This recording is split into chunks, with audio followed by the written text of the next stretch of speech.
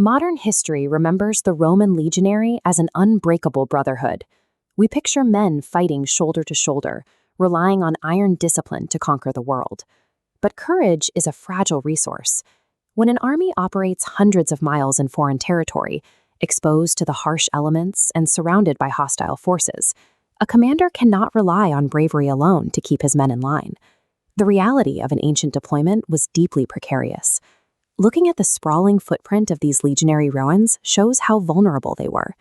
Defending this expansive perimeter required thousands of men working in perfect synchronization.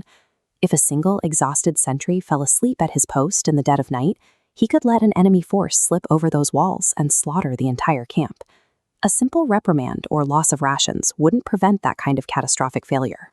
To survive, Roman commanders engineered a legal system where the cost of cowardice was completely unsurvivable. Of all the sentences used to enforce that order, the most feared was the Fustuarium, the punishment of the club. The state did not hire a professional executioner to carry this out. The killing was done entirely with wood and stone, wielded by the condemned soldier's own messmates. It creates a jarring contradiction. This was a military machine built entirely on the absolute necessity of mutual reliance, yet it forced those same men to violently beat their friends to death in the dirt. Roman commanders utilized the Fustuarium as a calculated safeguard, ensuring that the survival of the collective always took precedence over the life of an individual. We know exactly how this worked because of the Greek historian Polybius, who observed the Roman army at close range and documented its internal laws. He describes a chillingly quiet preamble. The accused soldier would be brought to the center of the camp, surrounded by his fully assembled unit, while a military tribune stepped forward. With a deliberate, light touch of a wooden staff, the tribune struck the condemned man. In a culture that took oaths heavily, this small ceremonial gesture carried immense legal and religious weight. It formally severed the individual from the legion. Before that staff made contact, the accused was still a Roman soldier, capable of speaking and defending himself. A second later, he was stripped of all protections, transformed instantly into an internal enemy and an offering to the rules of the camp. That touch was the signal. Immediately, the soldiers standing beside him fell upon him, beating him relentlessly with clubs and stones. Roman discipline reserved the Fustuarium for specific identifiable offenses, making it a more routine tool of camp life than the randomized collective punishment of decimation. Looking at this diagram reveals the camp's vulnerabilities. A soldier could face the clubs for sleeping on watch or stealing.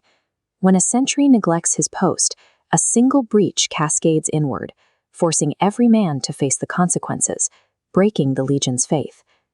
The Fustuarium targeted only those whose personal weakness compromised the safety and honor of the men sleeping beside them.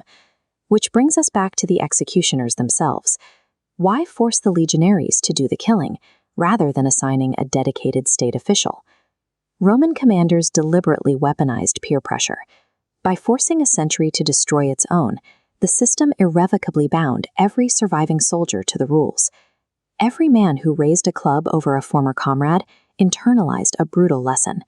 He knew that on another day, if he lost his nerve or fell asleep at his post, those weapons would turn toward him. The fear of military law was no longer abstract. It was physical, highly communal, and placed directly into the bleeding hands of the soldiers themselves. Most men did not walk away from the beating.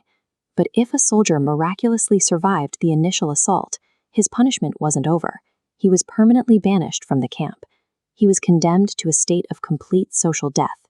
He could not return to his hometown, and by law, his own family was forbidden to offer him shelter.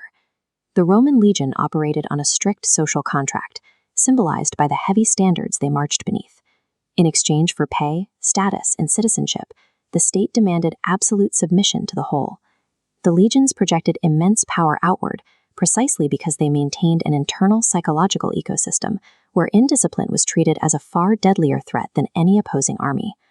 To wear Roman armor meant accepting a simple, uncompromising math. The survival of the legion always outweighed the survival of one man. And the ultimate price for breaking that trust was paid in blood, drawn by the hands of your own brothers.